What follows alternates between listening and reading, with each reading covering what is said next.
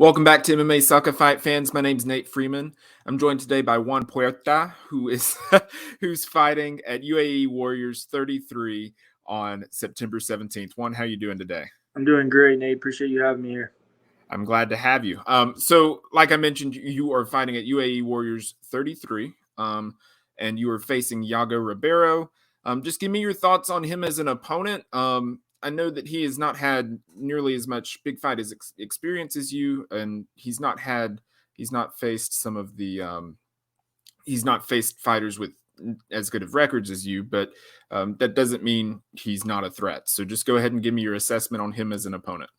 No, actually, I think he's a pretty dangerous fighter. He's a big boxer. Had a few boxing fights, and so he's definitely got a couple of knockouts in MMA from his boxing. I could see he throws the overhand and twos very good. So it's something to keep an eye out on for me as a game plan. But yeah, he's just has a great team. He trains over at Astro Fight Team with Talia Santos, and like I said, I mean, in this type of the time in the game, like everyone's dangerous. Like can't really look down on anyone. I think everyone's pretty high level.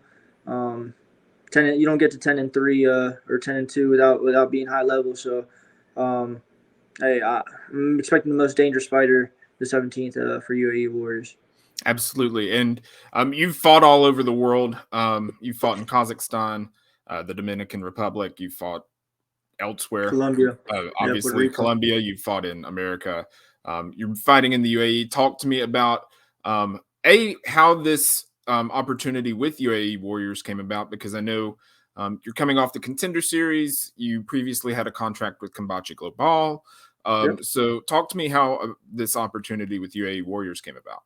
Well, I got off the Contender series, got the win, but didn't get the contract. But we just needed to stay active. So my management talked with UAE Warriors. They wanted to have me. So that's how everything came up. So just my management, Daniel Rubenstein, he's been great, finding me fights when I need to. So I took a little layoff because I had a little surgery, but everything's great. I'm 100%, and yeah. So been talking to Ryan Worth over there at UAE with my management, and we got set up for September 17th. So that's how it happened.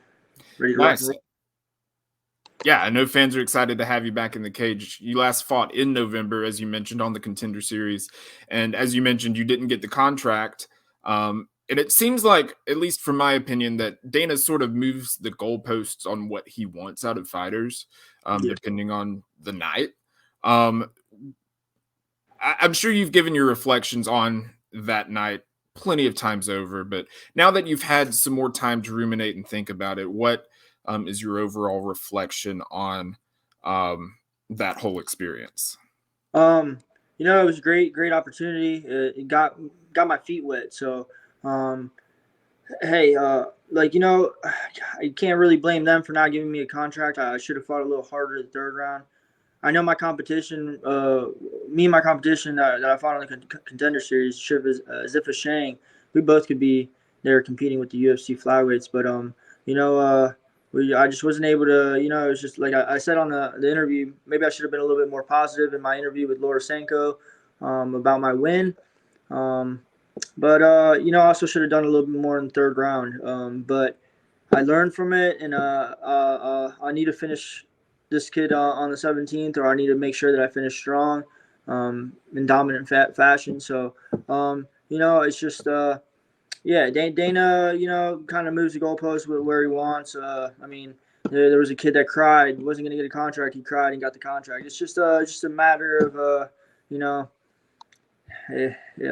don't know. It's just if he's having a good day or not. And like I said, I don't blame him, and I don't blame the UFC. I don't blame Mick. I want them to want me, so I need to make sure that I go out the 17th and make them want me. So I need to get a finish. That's it.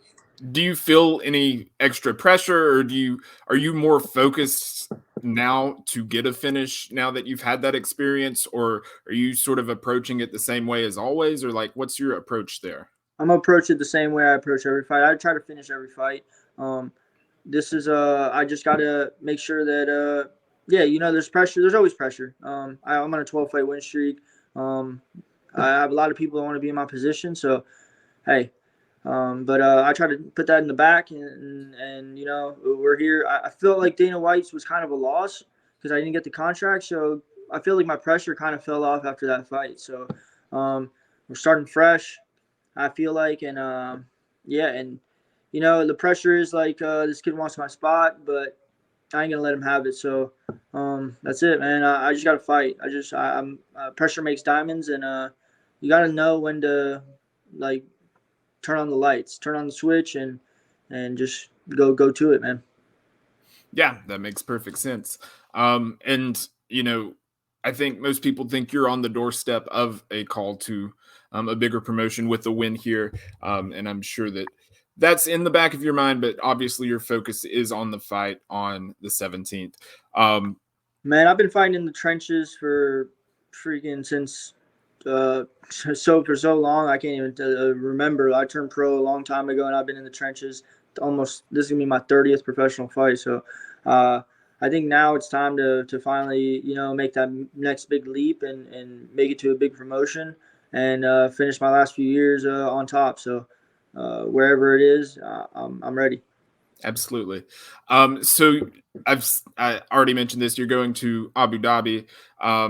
Obviously, I think Abu Dhabi and Dubai are both just wonderful places to go visit. I've heard nothing but good things about that. But are you going to be doing any sightseeing or anything after the fight? I know before the fight Um, you're going to be focusing on that, but I'll probably actually do some like get out of the hotel like before the fight. I don't want to like be so like locked up and just be thinking about the fight. And just get worked up. I get worked up pretty easy. So yeah, man, I'll get out and do a little sightseeing just to get the mind, but I'll also be still getting my last little bit of work, my little bit of running, just game planning and yeah, I love fighting internationally. It kind of takes the pressure away from being at home, people calling you, wanting you for tickets. It's just, I don't know, it feels like a journey. I grew up like watching John Claude Van Damme, like traveling the world to go fight, so I kind of like, it just resonates with me. Like, I like to get out, travel, go to a different place, fight a guy from a different country in a different country, and get the job done. So, really, it's what I love. yeah, and you mentioned that you have to clear your head. You've mentioned in previous interviews that you get pretty anxious before fights. Is there any mental preparation that you do before fights to help you sort of calm those nerves and help you get more focused and in the zone that helps relieve some of those anxieties? Or is that just something that is I to think be expected everyone at this gets point? nervous and anxious before fights. I get like super. I just want to fight. I hate the waiting game. I hate waiting. I hate seeing my opponent like not. I just want to fight right there. I just get to it. But it's a pro sport, so we just gotta hold our emotions and wait till we get into that cage. I don't really do anything different. Um, if I feel like I'm a little too anxious, I'll go get like a little light warm up or a little game planning or a little sweat, something just to get the nerves out. But that's it. I just want to get in there. It's mostly just getting anxious to get in there. I just want to like I don't get nervous about the fight or the fighter or who I'm fighting. It's just I just want to get the job done. Just want to get it over with. All my work that I've done the past few weeks, I just want to get it done. Yeah, along similar lines, I've sort of gotten different answers from different people when I've talked about this. But in terms of watching film, I've had some people that are just wholly invested and want to watch every single thing, so they know everything that the fighter that they're facing um, is likely to do. I know some people that are like, I don't want to watch anything. I just want to go in there and fight. Where do you lie on that spectrum? Where do you are I you a big proponent of film, or do you just let your coaches sort of do it? Or I I like to watch a little bit of a film of the guys, and I'll pick out a few things. But I won't like overwhelm myself with what he does. I don't get too crazy, but I definitely like to watch a little film, pick out some of the good things he does. Like I said, he throws a good overhand, throws a good two, very good counter puncher. Um, so that's what I'm looking for. We'll see. And I know he's expecting me to take him down, so I got to make sure I set everything up right and yeah, and go with my game plan. But I'm not scared to stand up. I think I veered off a little bit in the Contender series with my stand up, just because I don't know, I just won the first 2 rounds and I kind of shut down in the third. I don't know what happened, the pressure, Dana being right there. I don't know what it was, but like I said, I got that passed, and I've already seen what he's good at. I like to mostly watch what I did, so I like to. I've been watching a lot of my film in my last fight to make sure that I don't do that same stuff again or make the same mistakes.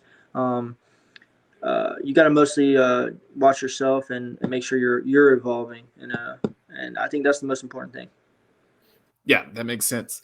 You mentioned some injuries. You had surgery, and you've dealt with some injuries in your past few fights. How are you feeling now that you've had the surgery and now that you're sort of further removed from those injuries? Yeah. What's your status now? I've been in this game for a long time. There are injuries from when I was wrestling in high school, almost 15 years ago. So yeah, it's just I've been in. My body's been through a lot, but that's the experience I have. I wrestled for a while, had knee surgery, shoulder surgeries, and now a hand surgery. But I'm 100% now, and it's dangerous because I'm finally feeling really good. I don't have anything bothering me. Usually, I have nicks and pain somewhere leading into a fight. If you don't, then you're not training hard enough. But I'm 100%. There's no excuses this fight. I'm in great shape, so you should see the best lead feather out there.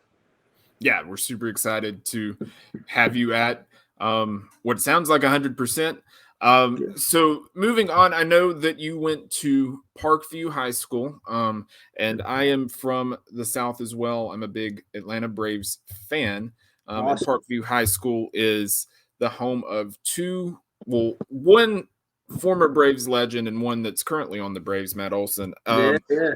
But little Jeff Francoeur, yeah. Did you cross paths with him at all? I think he graduated in 2002, so you may be a bit young. Yeah. Well, I used to be in 8th grade going on 9th grade, I think, when he was a senior. But he was a legend before that, and and even though you think he was a great baseball player, he was even a better football player. So I would actually be there. I would go to almost all the football games, and you just see him tear it up on that football field. Like I said, he's a great baseball player, but he was known at Parkview for his football. He was a legend there. Yeah, interesting. Yeah. Were there any other? I know I looked up Parkview High School to sort of refresh myself, but were there any other athletes that you went to school with, or any other famous people that you went to school with? I graduated. There's a couple athletes we had. The biggest one we probably had was Michael Palmer, who's played for Clemson and then played for the Falcons for a little bit. But and that's out of my class, my graduating class. But Travis Sutterth and the Sutterth brothers, they were pretty big. I think they played a little bit of pro football. But yeah, we at Parkview has athletes, man. We got a lot of athletes there, so we have big school. I don't know how good we're doing these years, but I know that when I graduated high school, we were top 2 or 3 in the country for the most state championships. So we were definitely our athletics were up there. Yeah, and in terms of wrestling, like it sounds like Parkview has one of the best wrestling programs in the South, and that's really, it seems like the South has really been growing recently in the wrestling community. I wrestled in high school here in Alabama, and I've just seen and heard about how much it's blown up even since I've graduated. And Yeah. I just think that's really cool, really interesting. Man, we were sick. When I graduated, I won my state title my senior year. We had 5 in the state finals. Or no, we had 5 in the state finals, and we won 4 state championships that year. I'm sorry, we had 6 in the state finals. 1 didn't make weight, so he got forfeited. Got second place. 1 lost in the finals, and then we won from 112 all the way up to 130. So we were sick. We were stacked. We were one of the best teams in the country. We're winning. So honestly, that's what kind of formed my whole background. I was a part of a great group of wrestlers, and yeah, it's where I am now. That's where I brought my skills. So. I'm proud. I'm happy that I got to experience that with them, Coach Bugles, Coach Strami, all those guys. Yeah. You mentioned that sort of laid the foundation for you getting into MMA, obviously. If it weren't for wrestling, or if you didn't find MMA, what do you think you would be doing? I don't know, man. I might be in some trouble. Might be, I don't know. It's definitely kept me out of trouble. Really shaped me. If I didn't find wrestling or MMA, I don't know what I'd be doing. This is my life, man. I love it. I love fighting. That's why at 34 years old, I'm still going. I'm still trying to live this dream. So I'm still getting better. It's just it's for me, and I'm grateful for it.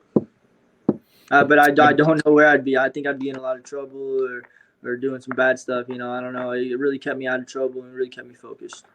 Yeah, that's what I've heard from most people that have asked that question, is that they can't imagine a life without it, which is, it just goes to show how much, how passionate everyone is about the sport and how much dedication it takes to be at the level that you and these other fighters are at. That it is their life and they can't envision, you know, a life without it. So that's really interesting. So then switching gears, I want to ask a few rapid fire questions. One, I want to hear your most embarrassing moment, either in the cage, out of the cage, however you want to go with that. You know, my most embarrassing would probably be I got two. Just the failed drug test against Gustavo Ballard for the Titan main event. I had like so many people that flew down. I had about like 30 people that flew into town for that. Had like probably a couple hundred people watching, you know, and yeah, to be like literally telling you that, hey, you're on deck, you get ready to walk, and then them come out and you fail because of because THC. That's pretty embarrassing. I had to look my mom in the eyes after like 15 years of telling her I didn't smoke or anything, and yeah, shit, that was pretty. I mean, that was just like, I don't know if that's embarrassing or anything, but that to me it was kind of embarrassing. To me it was kind of just shameful. It was bad, and yeah, I've changed a little bit since then, and yeah, I'd say the other one would probably be just my interview with Laura Sanko. I felt like I was super negative on my performance, and I should have been more positive, and I should have been more psyched about beating a guy that was on a 20-fight win streak and 32-7. I mean, I'm hard on myself, so I think I need to come off a little bit more positive, a little bit more, but just believing in my performances, and yeah, that was embarrassing. I was in front of a lot of people were watching the Contender show. A lot of people were expecting, to hear me for the first time on ESPN Plus, and hey, I kind of blew it, but I will learn to be more positive and and not so hard on myself after these wins, even if my performance wasn't the way it was. And yeah, those are like my embarrassing times. I don't really have any too much embarrassing or anything that happened that was really weird. That was it, man. That's probably the most embarrassing you got for me. Talk to me about, I know that you've been down to Colombia a couple of times. What is and that's where your family's from and everything. So Yeah. obviously you love it down there and everything. It's part of who you are. But talk to me about what you love so much about the country of Colombia and the Colombian culture. Man, Colombia is a beautiful geography. Like the geography there is amazing. It's beautiful.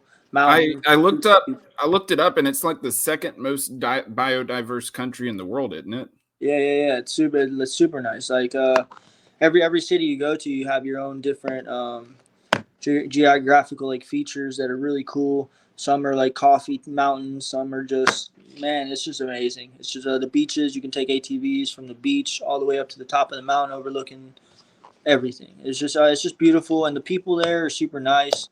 They don't have it. They could be super poor, but they're super happy. Um, yeah, they say that it's one of the happiest countries in the world. So I think the Netherlands was ranked like happiest these past 2 years, but before then it was Colombia almost every year. People are just so super happy, super helpful. Some of those beautiful women, people. It's just amazing there. I'm actually thinking about once I'm done fighting, work remotely out there and open up my gym. So have a little bit of making some U.S. dollars, and then doing what I love, teaching too. So, are there? I know that you were the first Colombian men's world champion. Are there any other maybe more up and coming fighters from that country that people should be on the lookout for? there's there's a woman named Fernanda. She's training over at um, that gym in Tijuana, Entron with Brandon Moreno. She's really tough. There's a couple fighters coming out. It's the MMA is growing so big. You know where they're really getting really good at is jiu-jitsu. They're starting to. You might not hear about it now, but they got a lot of up and comers that are studs. Like they're getting a lot of black belts from Brazil moving into the country, and there's a gym in Barranquilla, Star Team with Nate, and he's teaching a lot there. And they got some good jiu-jitsu. You got up and comers, young kids, 18, 19 that are looking good. So I give it about another 5-10 years. You're gonna have a lot of people there from in the UFC or something like that. But the country's growing with MMA and jiu-jitsu for sure. That's not where Roberto Jimenez is from, is it? He's from Venezuela, right? Yeah, I think he's from Venezuela or something like that. But we got a couple guys in the UFC now. He's actually in my weight class, Jeffrey Molina. There's a kid from Tiger Showman's up in Jersey. I forgot his name. But yeah, man, we're Sabina Mazo. She's a girl from over there in California. She fights for the UFC. We got some names, and I hope I can join that list for the UFC fighters very soon. Yeah, and we're looking forward to seeing you try that. This has been Juan Puerta. He's fighting on September 17th at UAE Warriors 33. Juan, before I let you go, I want to give you the floor to give any shout-outs to sponsors, coaches, anything like that, and be sure to plug your social medias as well. No, I want to thank you for having me, giving me some time to talk and tell my stories, and thank you, Nate, and MMA Sucka, but also American Top Team. Wouldn't be here without them. They're an amazing team. I have an amazing crew, training partners. Coach Bruno, he's been my main coach. He's been helping me out a lot. Also, my management, Daniel Rubenstein. He's been getting me my fights. He's been getting me my what I need to, the steps I need to take to get to the UFC. He got me the Contender Series fight, and it wasn't in my hands, but he's getting me the opportunity. So I really thank Daniel Rubenstein. Just what else? So my team, my management, my coaches, my training partners. That's it, man. That's my my family. That's it. They support me. That's it. And I know you're active on Instagram for your social media. How can people follow you on there again? You can find me on Leadfeather MMA on Instagram and on Twitter, Leadfeather MMA. Fantastic, Juan. Thank you so much. Best of luck in your fight on the 17th, and we'll be watching to see how it goes. Hope I put on a show for you, man. Let's do it. All right, man. Take care. Thank you, man.